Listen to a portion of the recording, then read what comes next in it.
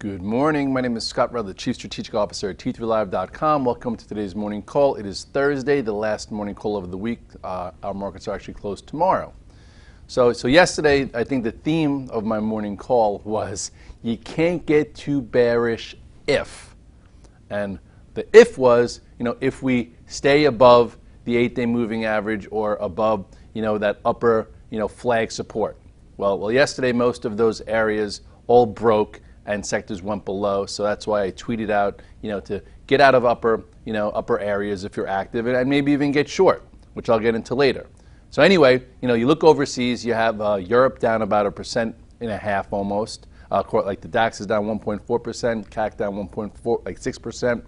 You have Asia lower, and what pretty much fueled it was the lower commodities yesterday. Most of this 5-6 week run was based on gold taking off, oil taking off, steel taking off, and they had a pullback yesterday that was pretty much more potent than you would have thought. So that also gave you some clues, to pull back, reduce longs, maybe even test out shorts if you're able to do that. So anyway, first you look at the chart of the EWG, which is the proxy for Germany.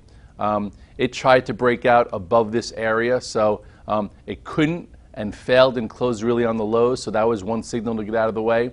Not a blaring one, and if you look where it came from, here was that overthrow low, and it's still trending, and you can't be so super active. But at this point now, if I would say if this trades and stays below this little spot here, which is like 25.26, that means the 8-day is gone, and your next real level here is the 21-day, which comes all the way down to 24.85.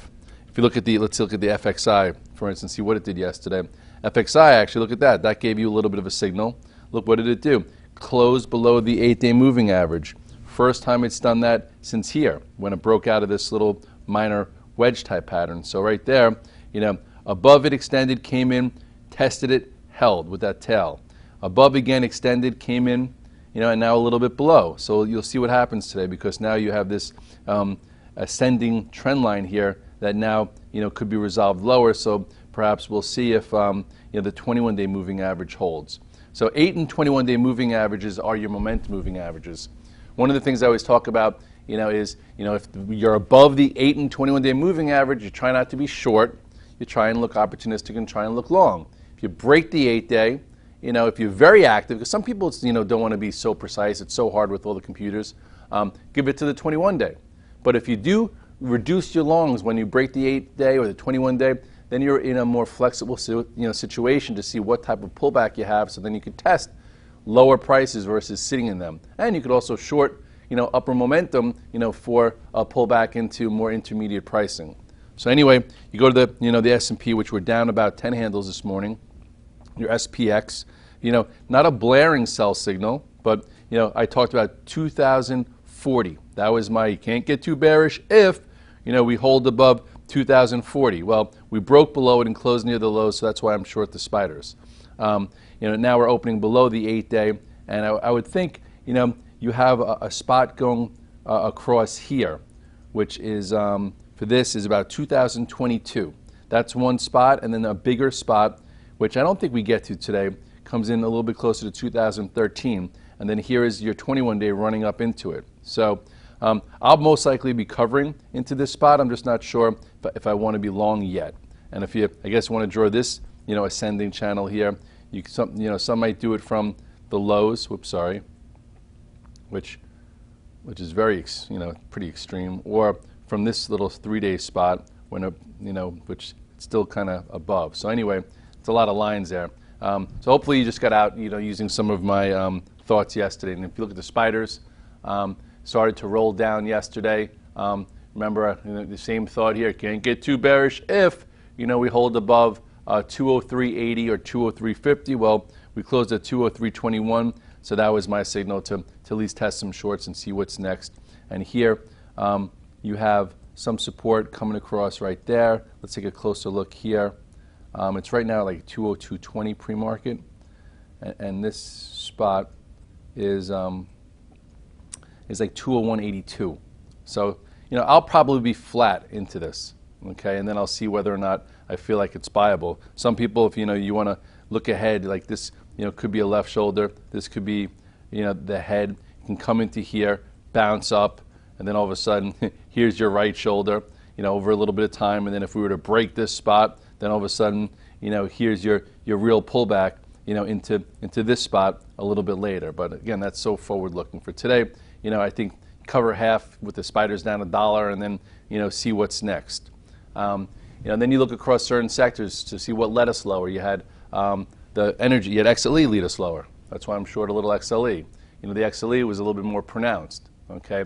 It truly broke the 8-day moving average for the first time. It's been above the 8 and 21 days since, this small little wedge here, got extended, held, got extended, pull back, and then boom. This was, you can't get too bearish if we hold this. Well, we didn't. So that got me out, and now there's some pretty big support into this 21 days. So I'm going to be covering somewhere into this. I already did a little bit like 1695, so right around here, and I think maybe even it's worth a look, to test longs. The trend by no means. Everyone's already calling retest of the lows. You can't be saying that yet, but ultimately though, you have this zone right here. Let me move this up a little bit if I can. Okay, it didn't happen. Oop, oop, oop. Well, with this, let me just delete that because we do this live for you. And so this is really the zone that I think, you could get a tradable long. And I'd say, no, it's a big zone, but from 60 to, to 6094, you would think first time into here, it's buyable. And then this too, even if it, longer term goes lower, I'm just going to, sometimes use my trading intuition. You have a left shoulder, a head, comes into here, you cover some shorts, then maybe you get a, a bounce back here, and then you figure it out. Kind of like if you look what happened here. The last time we had this big rally, it wound up giving you at least, a little bit of a time frame where you had this first big move, you had your second, came all the way in, was buyable, and then all of a sudden turned into this head and shoulders pattern and went a lot lower. So we'll see what develops over here. IWMs also broke its key momentum level. Remember yesterday, can't get too bearish if we hold 108.50. Well, we didn't hold 108.50, broke the 8-day, that should have got you out. Now the question is, does this 21-day moving average serve as support? Because again, ever since we broke above this spot, this has been the roadmap. So you want to make sure when things change, you change. At this point, upper momentum left. Now the question is, what type of pullback, and we'll see, if this little area of 105 to 106.21 holds. And then you obviously know yesterday's pivot of 106.80 if it wants to come back and make a little tail there. So that's that in the ETFs. As far as high beta tech, it was a little skewed yesterday because you did have some strength in some of the high beta names all day while they were trying to sell down the indices. Amazon was up on day 3 from that red dog reversal Monday. It's only off like 3 points today, so I don't know. This was your nice spot. Then remember, we were down on that terrorist attack, and then you could have bought it in the red 3 times. So maybe today they try and take this positive. And then if the market hangs in there and doesn't fall apart, here's that resistance pivot. So at this point, see, I guess if it you get a 30-minute low to trade against. This little spot here is 562. If it tries to go green and gets above 572, then you have your next resistance. So we'll see. It definitely showed a lot of relative strength yesterday. Google's been having a hard time getting above this little resistance area, so now you want to make sure that it doesn't break this if you're in it. I think most guys probably got out yesterday, and some might even be looking short. In order for that to happen, it's got to be a hard break below the 756 to 751, and then the 21-day, which is a little bit bigger, support comes in closer to 742 to 747. So you'll see if this breaks and gives you that. Netflix has just been choppy and out of play. Not much to do. I tried actually shorting it a few times yesterday. Didn't really work. This move off the lows has, been okay. There was no momentum when it tried to go above this 102. Now the question is, does it, break down? I don't know. You have 99.81. If it were to get below that with some kind of force, perhaps it does. But I saw something on the tape that they won the rights to like a 10-episode series. I'm not exactly sure which one it is, so there's a little news. So maybe it goes from red to green for a quickie. I'm only going to go over Facebook and social media land because it was really strong. I know, it's been my #1 focus, and it's been very choppy here. So this is, that 110.50. Here's your 8-day. Here's your ascending channel that it's been following. Not getting much momentum above this 102.50 to 102.80. So if you're still in it, I got it out of mine yesterday. Make sure to use this 8-day as your out. You could use 112 as your pivot. If it gets below and stays below, get out of the way. Or if it gets below and comes back above, try it if the market holds in there. But this could be something to look at to see if it goes from red to green for some cash flow. But if the market's like the S&P tries to rally and high beta tech gets a little weaker, that'll tell me that today we're not going to get a reversal. If all of a sudden they push the spiders lower and then all of a sudden tech starts to go green and oil stabilizes, maybe there's a bounce to be had versus just another trend down day. But I guess another tell will be the banks. The Fed came out a little hawkish yesterday, which people are saying was a reason for some of the selling, which I think people just wanted a reason to sell, and the banks tried to get some flows from that, right? Because hawkish Fed, higher rates, better for the banks, but they didn't rally. So we'll see what the banks look like today. If the banks hold yesterday's lows or that area from that Friday buyback news, it's going to be hard for the market to get more downside from the open. So let's look at JP Morgan. JP Morgan, a little red bar yesterday. In order for the market to get a lot of downside or more downside, I would think that this level has to break, which is 59.60. But then right underneath it, you have the 21-day, which is closer to 59.17. So if JP Morgan breaks that spot, there's a chance that bears could sink their teeth in a little bit more. But then here's that trend. Goldman Sachs hasn't been special. Tried to hang in there yesterday. Still, nothing key here. I guess if this were to break 153, maybe the bears get a little bit more, a little louder as the banks will be pressured.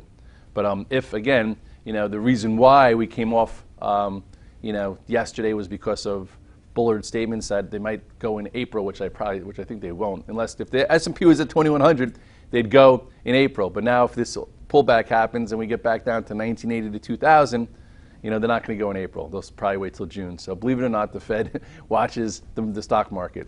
Then you have the steel names that reversed yesterday. Look at FCX. Talked about this trend until it loses the 8-day moving average. Well, this trend has been very strong, and finally, it broke a key upper level. So if you were riding this thing, this was your out.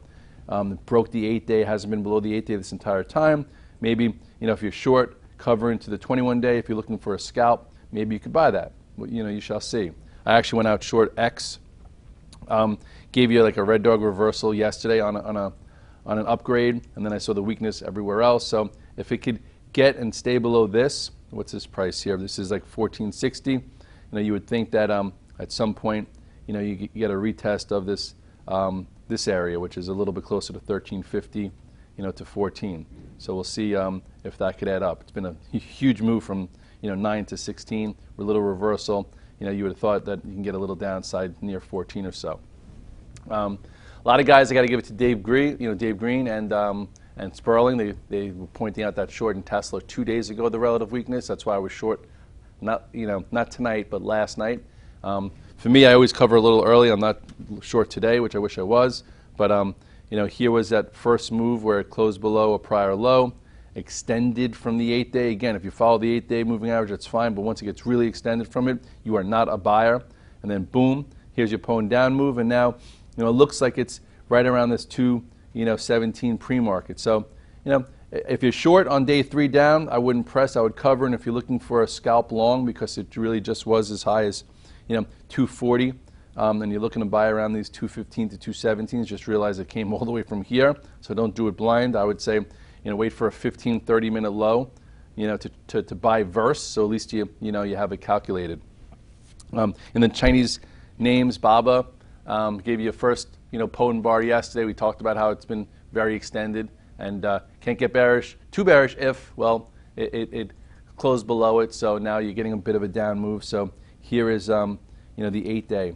I would say, I might even look at this, if it could get closer to, what is this? This is like 74.50-ish. Not saying it's going to happen today, but if it were to get down into this spot, look at the, the 8-day has been the trend, that would be a spot perhaps, to buy some back, or at least cover your shorts.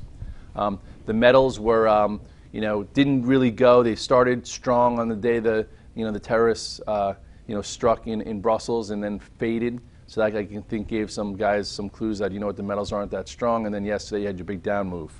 So at this point, if you want to take it day by day, that makes a little bit more sense because it's going to be choppy. You do have now support. This is your point of reference here. Your point of reference is 116.16. But look what happened here. That was below the 8-day-ish. And maybe, I don't know, maybe they try and fill this gap a little bit. So if you're looking for a scalp long, if it gets above 117.12, there is some room here for a quick trade if you're trading adverse side. If it starts to get, it starts to break that, your 50 days all the way down here. If some are short still from this little topping tail right here, and if you did so and you just said let it beat me, you know what, you're doing quite well. But we'll see what happens, what's next there. I guess lastly I'll go over the TLTs. You did have your first green day. It's still, I would say it's still kind of locked in here. If you got long yesterday when the market got weaker and it took out this pivot here of 129.02, you made some money, and now it's up a little bit. See if it could take this out, and maybe for the first time you're going to break this trend of lower highs. So I guess the bonds don't believe that April is going to be the time that the Fed moves. So in closing, this 5-6 week rally we've had from the lows was pretty fast and furious. I know a lot of guys that got involved probably got out early, and some people that started shorting probably shorted too early. So now we're in the second day of a pullback. So the question is it how shallow is it going to be? There's already guys saying we're going to retest the lows and we're back to, going through them. And then there are guys saying, let's see how constructive and what the landscape proves to be. So for me, I am short overnight. I've already covered half prior to the morning call. I'm going to see the composure this morning. I'll probably be out of my shorts at some point because I might look to play a bounce if we hold, and then figure out, how we move forward. But overall, lots of 8-day moving average upper supports broke yesterday, giving you some clues to reduce risk. Something could change. The speed is maybe not as fast, and the composure a little weaker. And now we see, does a 21-day hold, does a 50-day hold, or not? So at least if you're in a more flexible position, you could see it with your eyes clear. Clear heart. What's that football thing? Clear eyes, full heart, can't lose. Something like that. I didn't play football. I played soccer and lacrosse and wrestled.